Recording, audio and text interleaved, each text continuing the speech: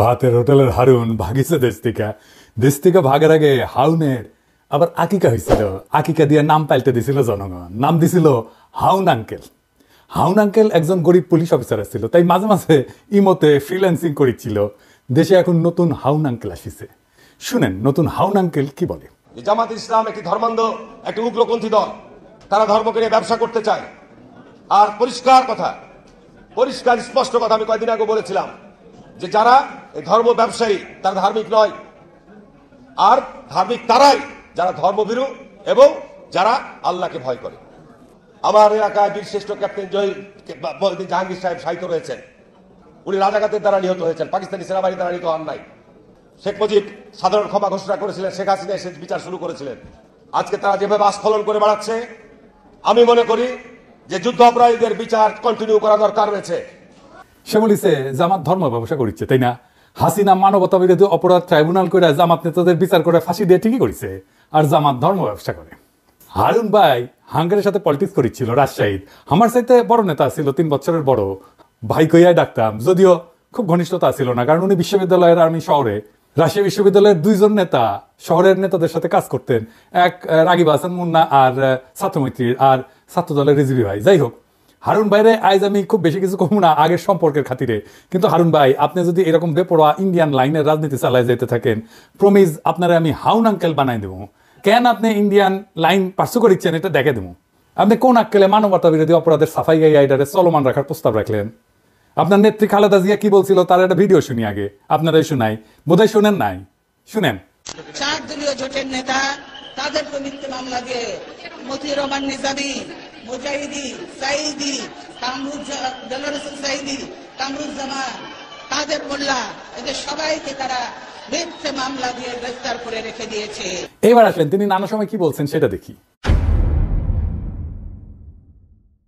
জাতীয় সংসদে বিরোধী দল সেই সময় বিএনপির স্থায়ী কমিটির বৈঠক শেষে খালেদা জিয়া বিবৃতিতে জামাত নেতাদের অবিলম্বে মুক্তি দাবি করে বলছেন, জামাতে ইসলামের শীর্ষ 3 নেতা মতিউর রহমান নিজামী, আলী হাসান মুজাহিদ এবং দেলাওয়ার হোসেন সাইদিকে গ্রেপ্তারের ঘটনা চরম স্বৈরাচারী পন্থায় রাজনৈতিক নিপীড়নের এক জঘন্য নজির।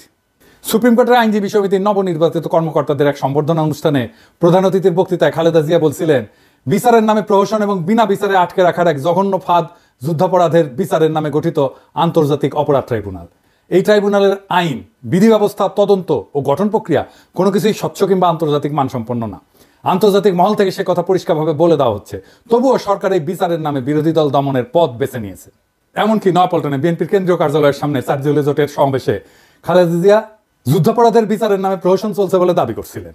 যুদ্ধাপরাধের বিচারকে রাজনৈতিক উদ্দেশ্য প্রণোদিত প্রহসন ছাড়া কিছুই নয় বলে অভিযোগ করে খালেদা জিয়া বলছিলেন, প্রধানমন্ত্রী একসময় জামাতে ইসলামকে পাশে বসায় রাজনীতি করছেন, তখন কোথায় ছিল যুদ্ধাপরাধ? জামাত তখন এত প্রিয় ছিল, আর এখন কেন এত খারাপ হইল? একসময় তো একসঙ্গে নির্বাচনও করছেন, এখন যাদের যুদ্ধাপরাধের অভিযোগে বিচার করা হচ্ছে তাদের বিচার মানুষ মানে না। বিএনপির ক্ষেত্রে একই জিনিস চলে, জামাতের সাথে রাজনীতি করছেন, ঐক্য করছেন, নির্বাচন করছেন, সরকার গঠন করছেন, এখন জামাতে তো খারাপ হয়ে গেল। তো হারুন ভাই আপনি খালেদার যে চাইতে বড় বিএনপি হয়েছেন, হ্যাঁ 2018 সালের 900 ভোটের নির্বাচনে বগুড়া সদরের আসনটা ছাড়া, কারণ ওইখানে বগুড়া সদরে কারো কারচুপি করার ক্ষমতাই নাই, আওয়ামী লীগ চাইলেও পারতো না কারচুপি করতে, তাই ওই সিটটা বাদ, ওই সিট বিএনপি পাবেই। বাকি সব আসন যেখানে জাতীয় ঐক্যফ্রন্টের ক্যান্ডিডেট জিতেছিল তাদের সাথে ইন্ডিয়ার গভীর সম্পর্ক ছিল, তাদেরকে জিততে দিছিল। যেমন ধরেন সুলতান মোহাম্মদ মনসুর, উকিল সাত্তার জিতেছিল না, হারুনও জিতেছিল। আমরা জানতে চাই কেন হারুনের সিট হাসিনা ছেড়ে দিছিল। তো হারুন ভাই যে বলিছে যে জামাত ধর্ম ব্যবসা করে, এটা নিয়ে আলাপ করি। আসেন ধর্ম ব্যবসাকে ডিফাইন করে নি, কাকে বলে। ধর্ম ব্যবসা বলতে বোঝানো হয় এমন একটা অনৈতিক কর্মকাণ্ড যেখানে ধর্মীয় বিশ্বাস, আচার অনুষ্ঠান বা মানুষের ধর্মীয় অনুভূতিকে ব্যবহার করে আর্থিক লাভ বা ব্যক্তিগত স্বার্থ হাসিল করা হয়। এটা শুরু হয় মধ্যযুগে। খ্রিস্ট ধর্মের বিভিন্ন ধর্মীয় প্রতিষ্ঠান 2 ভাবে ধর্ম ব্যবসা করত। যিশু যে ক্রুশে ক্রুশবিদ্ধ হয়েছিল, ওই ক্রুশের অংশকে একে বলা হয় রেলিক বা পবিত্র অবশেষ। এইটা বিক্রি বা প্রদর্শনের মাধ্যমে অর্থ সংগ্রহ করতো চার্চ। আর 2 নম্বর হচ্ছে স্বর্গপ্রাপ্তির গ্যারান্টি বিক্রি করার ঘটনা। এটা প্রধানত ক্যাথলিক চার্চের মাধ্যমে পরিচালিত হইতো। এটা পরিচিত ছিল ইনডালজেন্স নামে। এমন একটা ধর্মীয় নীতি যেখানে পাপের শাস্তি কমানোর বা মাফ করার প্রতিশ্রুতি দিয়া চার্চ অর্থ গ্রহণ করতো। এইখান থেকে ধর্ম ব্যবসা শব্দের উৎপত্তি। জামাতকে হারুনের কাছে কোনো ধর্মীয় পণ্য বেচেছে? হাসিনার গুণগান করতে করতে কাইট হয়ে যাইতো হারুন। দেখেন উন্নয়নের প্রশংসা করতে করতে কাইট। আবার একবার চাঁপাইনবাবগঞ্জে কোন এক ট্রেনের উদ্বোধন করবার যায় নাকি হাসিনা হারুনের খোঁজ করেছিল, সেটা তো একেবারে কাইট হয়ে পড়েছিল। দেখেন যাই হোক, আজকে হারুনরা আর কিছু কইলাম না, আরেক মাল দেখি। খালেদা জিয়ার উপদেষ্টা ফজলুর রহমান সাহেব, সাবেক ছাত্রলীগের সভাপতি, ওই যে কেন বিএনপি করে বুঝি না, ওই বিএনপি বসে রাজনীতি করেছে আওয়ামী লীগে। ওই খালেদা জিয়ার নাকি উপদেষ্টা, তো খালেদা জিয়া কি উপদেশ দেয়? ওই এইটা সাহেব, ওই যে ওইটা দেখান না, শেখ মুজিব খুব খারাপ লোক কইয়া যে বাণী দিছে সেটা দেখান। এই দেশের সবচেয়ে খারাপ মানুষের নাম হলো শেখ মুজিবুর রহমান। 19 জানুয়ারি বঙ্গবন্ধু শেখ মুজিবুর রহমান 71 সনে রেসকোর্স ময়দানে মিটিং করে বলল, 6 দফার দাড়ি ক্ষমা সেমিকোলন বাদ দিয়ে যদি আমরা কেউ আপোষ করি, আপনারা আমাদেরকে জ্যান্ত কবর দিবেন। সে আপোষ না করে শেখ মুজিবুর রহমান খুব খারাপ কাম করছে। এই খারাপ কাজ করার কারণেই দেশটা মুক্তিযুদ্ধ পর্যন্ত পড়ছে। বঙ্গবন্ধু শেখ মুজিবুর রহমান 25শে মার্চ পর্যন্ত ইতিহাসের ক্যাপ্টেন সে। 1966 সন থেকে 1971 সন পর্যন্ত ইতিহাসের মুক্তিযুদ্ধের ক্যাপ্টেনের নাম হলো শেখ মুজিবুর রহমান। এখানে জিয়াউর রহমান একটা সেঞ্চুরি মারছে নতুন প্লেয়ার হিসাবে। আর যে পাকিস্তানি সুন্দর সুন্দর ছেলেরা আইসা আমাদের সুন্দরী মেয়েরা বিয়া করিয়া করাচি পিন্ডিতে নিয়ে যাইতো, আর আমরা মনে করতাম আমাদের বাগনা বাগনি গুলা খুব সুন্দর হয়েছে। এটা থেকে শেখ মুজিবুর রহমান আমাদেরকে বঞ্চিত করছে। খুব খারাপ মানুষ শেখ মুজিবুর রহমান। শুনলেন তো, এটা বিএনপির নেতা নাকি আওয়ামী লীগের নেতা? আরো শুনেন কি কয়, ছাত্রদের কোনো কন্ট্রিবিউশন ছিল না জুলাই আগস্ট বিপ্লবে, 90% বিএনপির কর্মী। জনতার সেই অবস্থার মধ্যে নিশ্চয় বৈষম্য বিরোধী ছাত্র আন্দোলন নামধারী নেতৃত্ব প্রকাশ্যে এবং গোপনে নেতৃত্বের ভূমিকা অবতীর্ণ হয়েছিল, কিন্তু সমস্ত জনগণের 95% ছিল জাতীয়তাবাদী শক্তির সমর্থক এবং বিএনপির নেতা কর্মী। আমি শুধু বলবো, উদাহরণ দেওয়ার জন্য, শুধু যাত্রাবাড়িতে থেকে দাউদকান্দি পর্যন্ত যে লক্ষ লক্ষ মানুষ ছিল, শেষ দিন যে 137 জন লোক জীবন দিয়েছে থানা দখল করতে গিয়ে যাত্রাবাড়ি, এরা কারা? এদের একজন কি ছাত্র ছিল? এদের একজন কি বৈষম্য বিরোধী ছাত্র আন্দোলনের নেতা ছিল, কর্মী ছিল? না, এদের প্রায় 99% লোক ছিল শহীদ জিয়ার আদর্শের কর্মী, খালেদা জিয়া এবং তারেক রহমানের কর্মী। কারণ আইসানি আসিচ্ছি, এই প্রসঙ্গে আসিচ্ছি। আপনার নেতা মির্জা ফখরুল কি কইছিল আন্দোলন সম্পর্কে? বিএনপি নাকি আন্দোলনে ছিল না। এই যে দেখেন, তার কথা শুনেন। আন্দোলনের সঙ্গে শিক্ষার্থীরা সরাসরি জড়িত, আমরা এই আন্দোলনের সঙ্গে কখনোই সরাসরি জড়িত নই। 90% বিএনপি কর্মী হয়ে গেল। আর দেখেন, ছাত্রদের বিরুদ্ধে কি বিপুল ঘৃণা। সমন্বয়ক নামে 22-23 বছরের ছাত্ররা ডিসির সাথে মিটিং করতে যেতেছে, আর ওনার পুচ্ছে আগুন ধরে গেছে। শুনেন, এখন বাংলাদেশের সব দলের চেয়ে বড় দলের নাম হলো সমন্বয়ক দল। আমি কিশোরগঞ্জে গেছিলাম, যদি 4-5টা ছেলে হাতে ডায়েরি নিয়ে হাঁটে। আমি কেন আসছিলাম? ডিসি সাহেবের সঙ্গে মিটিং করতে আসছি। কোন ক্লাসে পড়ো? কলেজে ফার্স্ট ইয়ারে পড়ি, গুরুদয়াল কলেজে। এইভাবে 3টা জেনারেশন নষ্ট হয়ে যাচ্ছে বাংলাদেশের। কারণ সমন্বয়ক হইলে পরে ফার্স্ট ইয়ারে পড়েই ডিসি সাহেবের সাথে মিটিং করে প্রজেক্ট করা যায়। এইবার দেখেন নিজেই কি কইতেছে, যে ও নিজে, ফজলুর রহমান নিজে যখন ওই বয়সে ছিল, ওই বয়সে 32 জনের মারছে, যারা কইছে তারই মারছে, তার সাঙ্গ পাঙ্গরা। যে শুনেন, আমরা ছোটখাটো মানুষ, কিন্তু আমি যে 23 বছরে যে পাওয়ার পাইছিলাম, এখন ইউনুস সাহেবের সেই পাওয়ার নাই। আমি আবারও বলছি, 23 বছর বয়সে আমার হাতে যে পাওয়ার ছিল মুক্তিযোদ্ধা কমান্ডার হিসাবে, আমি ইচ্ছা করলেই বলতে পারতাম, ও এরে ফেলায় দে। 16 ডিসেম্বরের আগে এ রাজাকার আমার বিরুদ্ধে যুদ্ধ করছে, ফেলায় দে। 15 জনকে গুলি করে আমার যে সৈনিকরা ছিল, মুক্তিযোদ্ধারা ছিল, ফেলায় দিয়েছে গাঙ্গের পারে। দেখেছেন? তা মুরব্বী, আপনার কি আদৌ ডিসিদের সাথে মিটিং করে ছাত্রদের নিয়ে ইনকা বিশদগার করা উচিত? ওরা বিরোচিত কাজ করেছে, দলে দলে কাতারে কাতারে জীবন দিয়া সারা দেশের মানুষের জায়গায় তুলছে, ঐক্যবদ্ধ করছে। আর আপনার এখন পৌরুষ জায়গায় উঠছে না, আপনি কইতেছেন কোনো কন্ট্রিবিউশন নাই। আপনি হুশে আছেন মুরব্বী? আমি মুরব্বী মানুষ, বেশি কিছু কমু না। আপনারা করেছেন কি? ঈদের পরে আন্দোলন কইরা তো বছরের পর বছর পার করেছেন, এখন গলাত প্রচুর জোর এসেছে না? আপনাদের তো মির্জা আব্বাস কইছে 28 অক্টোবর প্রাণ ভয়ে প্রতিরোধ করে তুলতে পারেন নাই, এখন পাঙ্খা গজাইছে হিংসা হয় ছাত্রদের। আপনারা হাত মারিছেন, বুঝেছেন? 16 বছর ধরে হাত মারিছেন, ছাত্ররা পাইরা ফেলা মেরে দিচ্ছে 3 সপ্তাহে হাসিনার। ফাল পারা বন্ধ করবেন, আবার ফাল পারবেন তো পাবলিকে কলে পাইরা ফেলবে, খুব খেয়াল।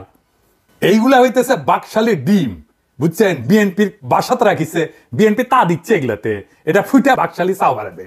এবার বলেন, এই যে ভারত ঘেঁষার বাম এলিমেন্ট গুলা কই থেকে বাইর হইতেছে বিএনপির মধ্যে থেকে, আর প্রমিনেন্স পাইতেছে, এত মিডিয়া কভারেজ পাইতেছে, এইখানেই আছে বিএনপির আগাম নির্বাচনের দাবির প্রশ্ন। বিএনপির আগাম নির্বাচন এটা ইন্ডিয়ান গেম। এবার কইবেন যে কইলেই হলো আমি কোনো অনুমান করে কথা বলি না। আপনি দেখেন বিনা সিক্রি কি কইতেছে। সে বাংলাদেশে 111 আগে ইন্ডিয়ান হাই কমিশনার ছিল। সে আগে নির্বাচন পরে সংস্কার, এই আইডিয়ার প্রবক্তা। শুনেন তার মুখে শুনেন। The political parties of Bangladesh are saying this to Mohammed Yunus. Elections first. The reforms are to be done only by an elected government. This is business. এইবার যে ইন্ডিয়ান যে প্ল্যান এবার বুঝিছেন, বিএনপি কে তো জবাব দিতে হবে কেন বিনা সিক্রি তাদের দাবির পক্ষে কথা বলে। বিএনপি যে নির্বাচন করিচ্ছে, এটা কি ঠিক কাজ হচ্ছে?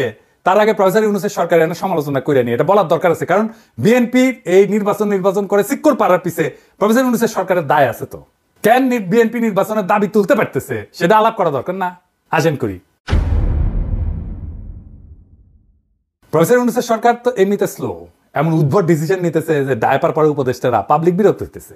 দৃশ্যমান উন্নতি আছে কিন্তু তাও পাবলিক বিরক্ত হইতেছে। এই যে হাসিনা আমলে 400 টাকা কেজি কাঁচামরিচ খাওয়াইছিল না, এখন কাঁচামরিচ এখন কত 40 টাকা কেজি, তাও মানুষ বিরক্ত কেন? আমি বলছিলাম না যে ভ্যাট শূন্য করে দিতে হবে ওষুধে, নিত্য ব্যবহার্য ওষুধে, এমন ভাবে নিত্য ব্যবহার্য ওষুধে কমাইতে হবে।